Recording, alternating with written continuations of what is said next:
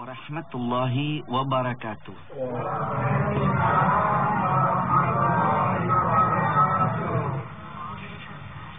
Alhamdulillah, nahmaduhu wa nasta'inuhu wa nastaghfiruh wa na'udzu billahi min syururi anfusina wa min sayyiati a'malina.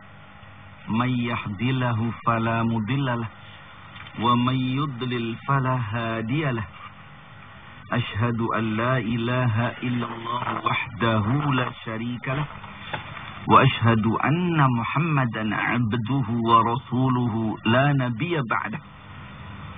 Allahumma salli wa sallim wa barik ala sayyidina Muhammadin wa ala alihi wa ashabihi wa man wala wala haula wala quwwata illa billah, amma ba'd. Ibu-ibu dan bapak-bapak serta saudara-saudara, para pecinta Radio Kayu Manis, baik yang hadir di studio ini maupun yang berada di rumah masing-masing. Alhamdulillah, pagi ini kita dapat melanjutkan perjumpaan kita lewat Radio Kayu Manis.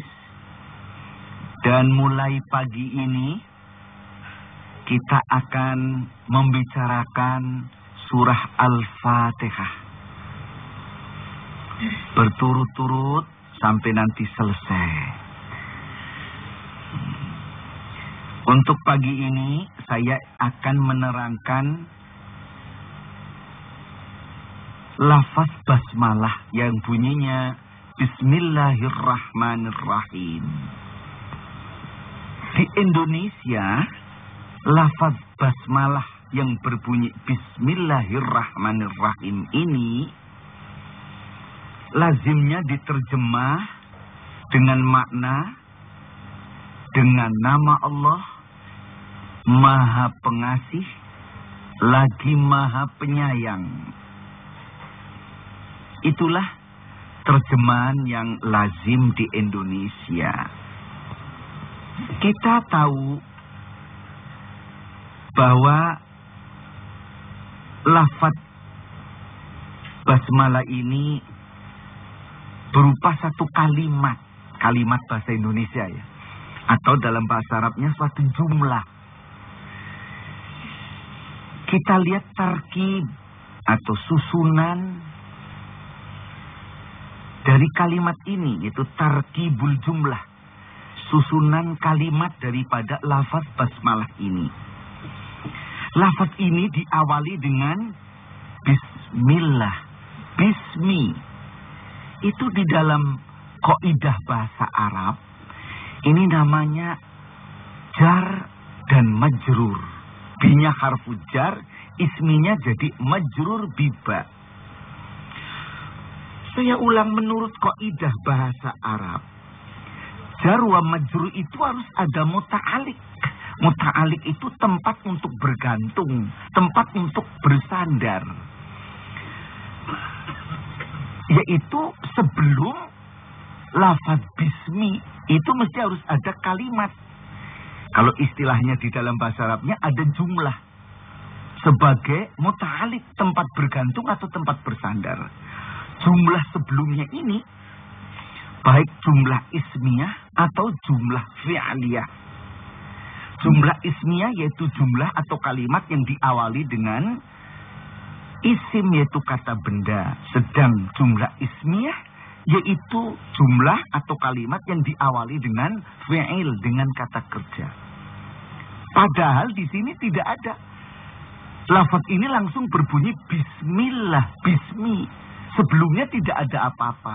Maka ini namanya jumlah yang menjadi muta'alik daripada kalimat bismi ini mahdzuf namanya. Mahdzuf itu namanya tersembunyi. Maka di dalam kaidah tafsir, karena ia mahdzuf, karena tersembunyi, harus ditakdirkan, harus diperkirakan. Yang tersembunyi ini sebetulnya apa? Ulama mentakdirkan, memperkirakan bahwa jumlah yang mahdzuf, kalimat yang tersembunyi adalah abda'u. Abda'u, aku memulai. Jadi kalau dilengkapkan abda'u bismillahirrahmanirrahim. Abda'u itu sudah jumlah, sudah kalimat. Ada fi'il, ada fa'il. Fi'il kata kerja, fa'il pelaku. Itu ada. Nah, demikianlah ibu-ibu, sekedar untuk kita mengerti. Jadi demikian. Sudah barang tentu setelah kita mengerti susunannya, sudah mengerti mufrodat itu vocabulary-nya tadi sudah, lalu susunannya, tarkibnya sudah. Sekarang kita coba ingin menggali isinya ini apa. Ibu-ibu, bapak-bapak, saudara-saudara yang hadir di studio maupun yang di rumah, ya, sebagai pecinta Radio Kayu Manis, boleh mencatat, boleh mendengarkan. Kalau masih ngantuk ya sambil dengar gitu ya. Ini saya lihat kok ya dengarkan tapi kok nyetel mata. Nggak apa-apa. Jadi ibu-ibu, bapak-bapak, saudara-saudara yang saya hormati, para pendengar, para pecinta Radio Kayu Manis, yang akan kita gali yang pertama yaitu di sini ada bismi.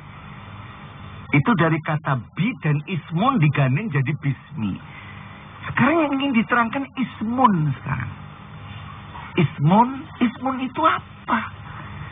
Di dalam beberapa kitab tafsir diterangkan bahwa kullusmin yadullu ala zat.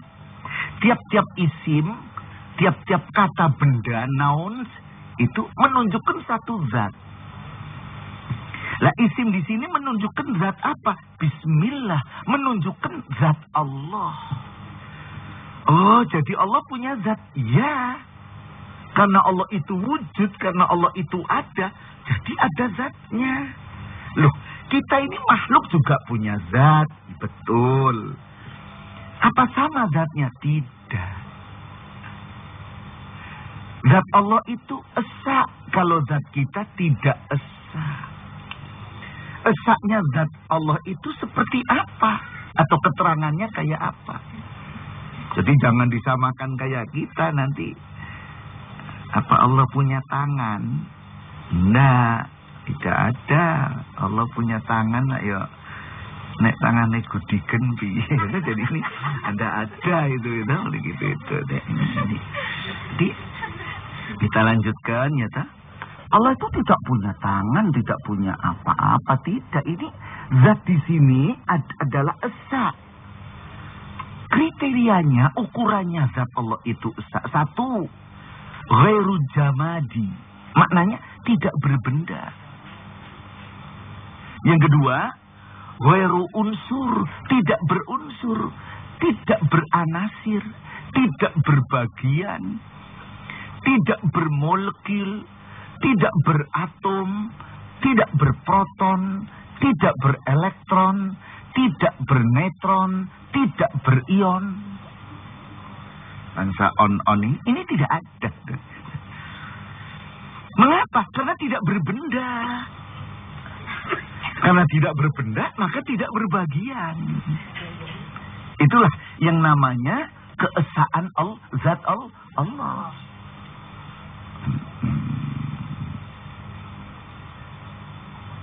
Itu namanya konsepsi tentang Tuhan di dalam Islam itu demikian. Yang ketiga yaitu walam yakullahu kufuwan ahad. Tidak ada bagi Allah itu satupun di dunia ini yang kufu. Kufu itu yang sebobot, yang semisal, yang sama. Itu tidak ada. Zat manapun tidak ada yang sama. Inilah keesaan zat Allah. Dengan sendirinya, kalau sudah zatnya esa, wujudnya juga esa, sifatnya esa, kudrat, irodat, kekuasaan dan kehendaknya juga esa. Nah, dengan demikian ini kita sudah sampai pada bismi, ya. Kita menerangkan tentang isim Allah. Baik, kita sekarang masuk lagi kepada setelah bismi, sekarang bismillah. Di situ ada Allah. Allah itu apa? Allah itu lafzul jalalah,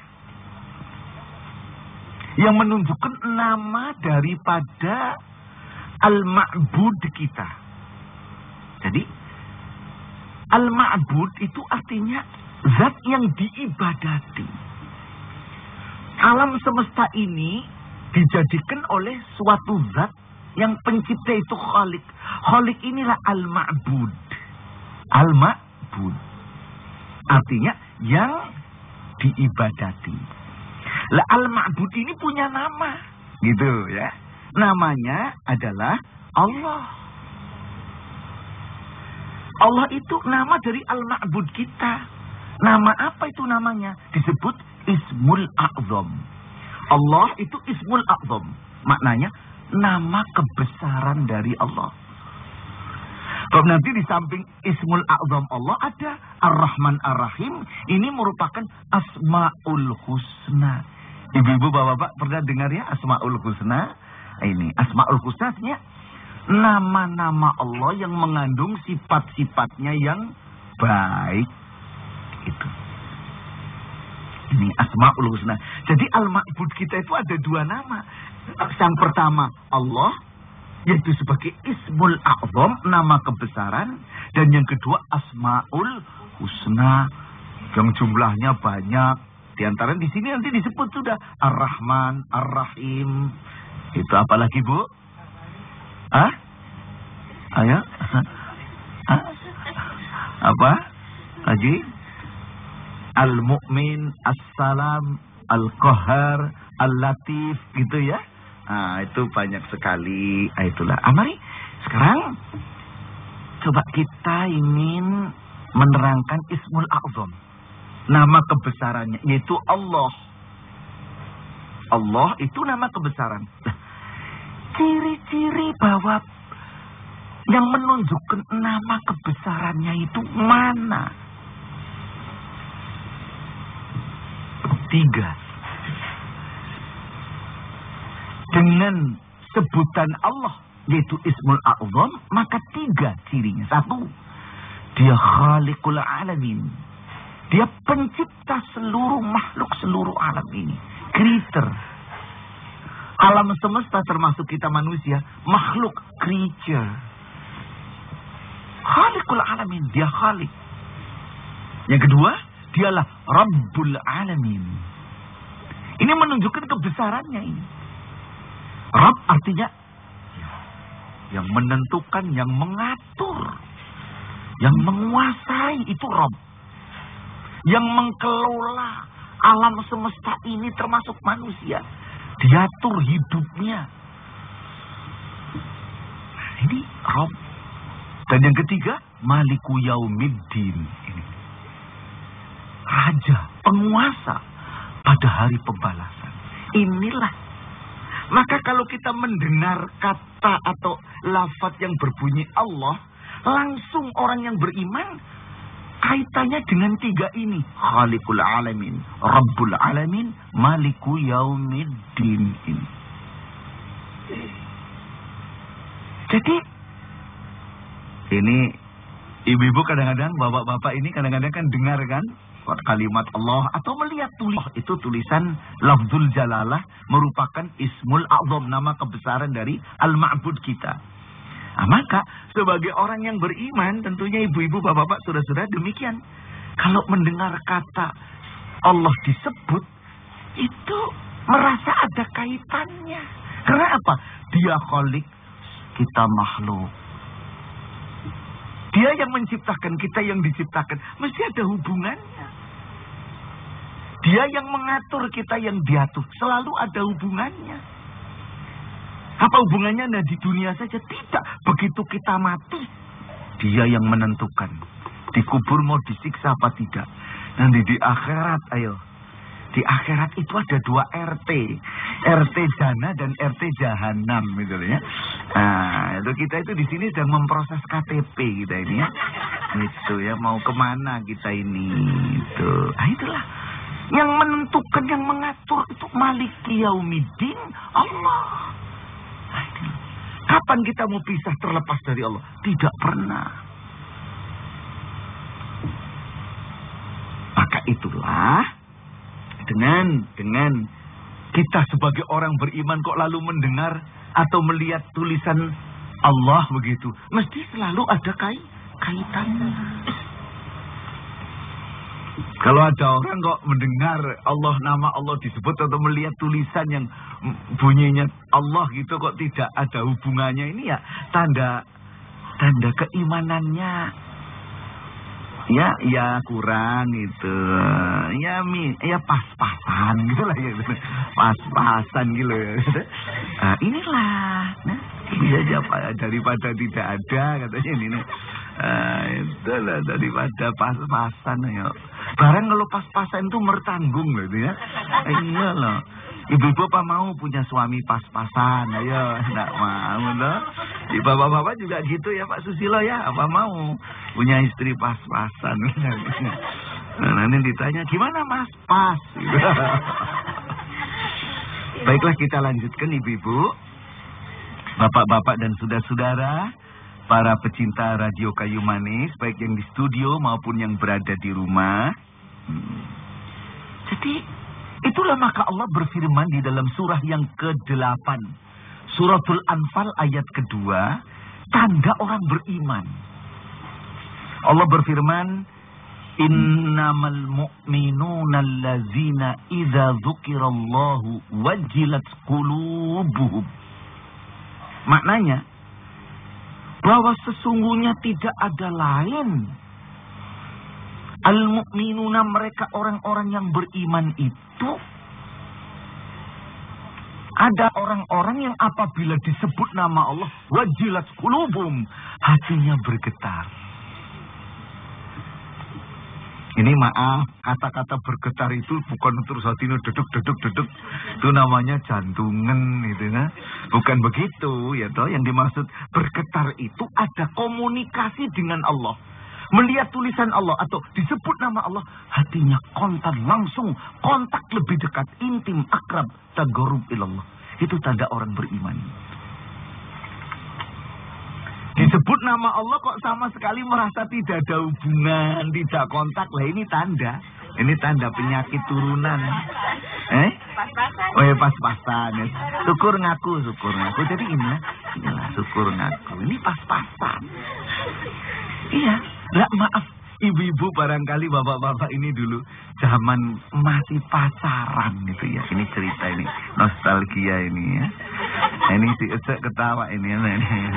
Jadi upama waktu pacaran, kok nama pacarnya disebut orang. Sedang berada di stasiun, nama pacarnya disebut. Upama saja pacarnya namanya Titik gitu. Begitu mendengar kata titik, minimal hatinya makter. Ini minimal loh ini. Minimal hatinya gitu loh. Nah mengapa kok hatinya makter? Karena ia ada sangkut pautnya dengan gadis yang namanya Titik. Maka hatinya bergetar. Coba kalau tidak ada hubungannya dengan Titik, gak akan bergetar. Biar orang teriak tentang Titik sampai rahangnya patah gitu nah. Karena ia tidak ada hubungannya dengan Titik, peduli amat dengan Titik. Begitu juga orang kalau ia disebut nama Allah, kok ia tenang-tenang saja. Nah, ini tanda dia penyakit turunan ini. Penyakit turunan untuk jauh dari iman. Begitu saya mohon dengan hormat. Disebut azan Allahu Akbar, Allahu Akbar. Terbersih, jangankan terus pergi ambil air wudhu, tergerak hati pun tidak.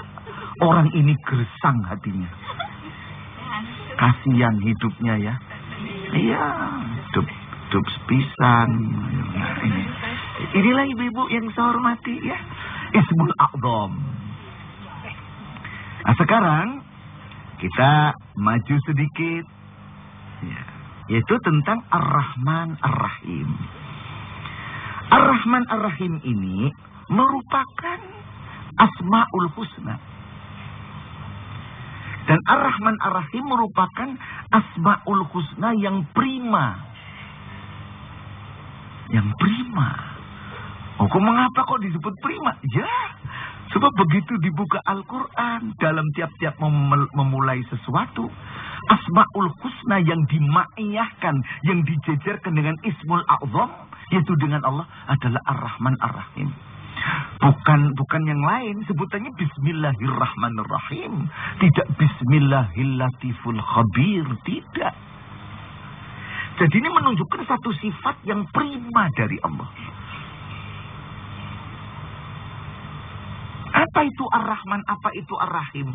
Dua-duanya dari kata yang sama, dari kata rohima, yarhamu, rahmatan, rahmat. Dari kata rahmah, maknanya kasih sayang. Ar-Rahman satu zat yang punya sifat rahmah, Ar-Rahim juga satu zat sifat Allah yang punya rahmah. Bedanya di mana? Ini bedanya di sini. Kalau Rahman menunjukkan sifat Allah yang suka memberi rahmat yang merata. Rahmat yang merata. Kalau Ar-Rahim menunjukkan sifat Allah yang suka memberi rahmat tapi khusus. Tidak semua orang diberi dalam hal ini. Sedang Ar-Rahman merata, umum. Merupakan rahmat pengayoman umum. Kalau Ar-Rahim merupakan rahmat pengayoman khusus. Lah umumnya bagaimana yang merata ini? Yang merata ini, itu contohnya. Yang namanya rahmat Allah itu merata diberikan pada semua makhluk. Makhluk jamadi, makhluk benda, itu diberi rahmat. Sampai yang terkecil, proton, elektron, neutron, itu diberi rahmat. Sampai yang terbesar di tata surya kita matahari diberi rahmat. Makhluk tumbuh-tumbuhan, makhluk flora. Dari tumbuhan satu sel sampai tumbuhan yang paling besar yang termasuk golongan talofita. Itu dalam botani sebutannya begitu.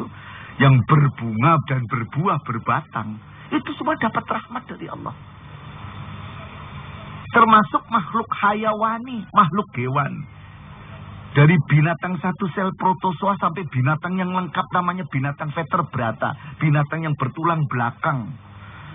Punya alat-alat pencernaan, punya jeroan. Itu semua diberi rahmat oleh Allah. Sampai makhluk ruhani, malaikat dan jin diberi rahmat. Dan sampai makhluk yang paling tinggi, makhluk insani, makhluk manusia, diberi rahmat.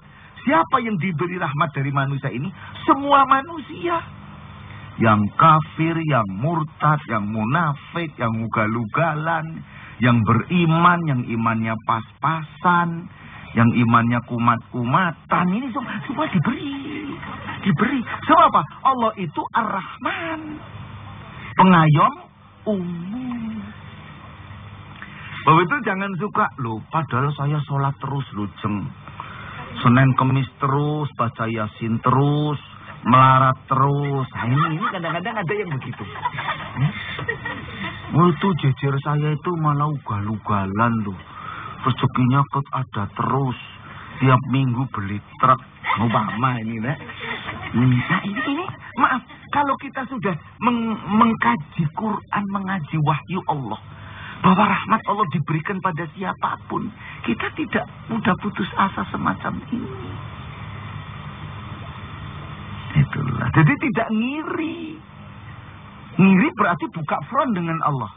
Oh, kebijaksanaan Allah memberi pada dia kok sini terawat. Tidak boleh. Ya. Piro-piro diparingi kok isi. Nah inilah. Jadi ibu-ibu, bapak-bapak, saudara-saudara yang saya hormati, inilah. Tidak hanya merata pada sasarannya, juga merata tempatnya. Di mana saja ada rahmat Allah. Kapan ibu tinggal di kota pindah kota berapa kali. Kapan tidak ketemu dengan rahmat Allah? Di Jakarta aja udah pindah rumah berapa kali. Mulai kontrak sampai bangun rumah sendiri, ayo. Ya. Kapan tidak dapat rahmat? Selalu di situ ada rahmat Allah. Kok di dunia yang sudah lapang diberi seperangkat alat akal jasmani, ketika di rahim ibu saja, di rahim ibu, gelap, lengket, sempit, itu masih ada rahmat Allah. Iya kan? Paru-paru belum jalan, jantung belum jalan, jeroan belum berfungsi. Oleh Allah diberi makanan. Lewat apa? Lewat pesawat kecil yang namanya plasenta ari-ari. Allahu Akbar. Walillahil hamd. Itu rahmat Allah. Begitu jangan mudah putus asa. Nah, ini kadang-kadang ada orang yang mudah putus asa, sedikit putus asa.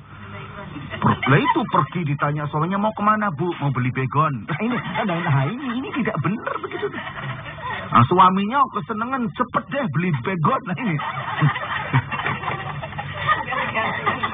Akhirnya pulang nggak jadi beli, ditanya kok nggak jadi, habis begonnya lah ini. Jadi ibu-ibu, bapak-bapak, saudara-saudara yang saya hormati ya, jangan mudah putus asa. Rahmat Allah di mana-mana ada. Ya, kalau ada orang mudah putus asa itu imannya pas-pasan gitu ini. Itu. Nah, Ar-Rahim itu rahmat khusus, hanya diberikan kepada mereka yang mukmin dan muti'. Muti' maknanya yang taat. Itu kalau laki-laki muti, kalau wanita muti'ah. Maka ada cut muti'ah kan gitu. Itu. Jadi inilah orang yang mukmin dan yang taat saja. Sebab apa? Ya maaf bu, ibu sebagai orang yang taat, orang yang sholat, apa mau disamakan dengan yang tidak sholat? Mestinya tidak mau.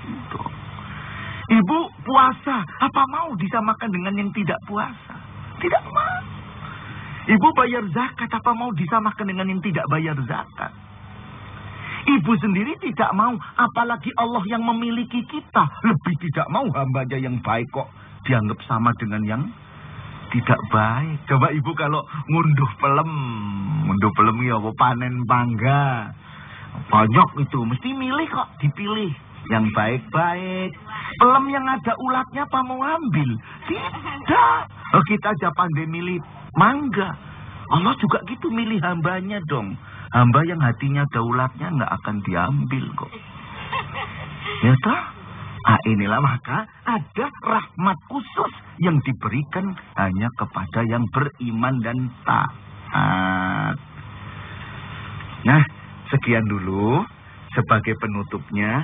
Bismillahirrahmanirrahim itu dipakai untuk apa, Pak? Dipakai untuk berbuat baik.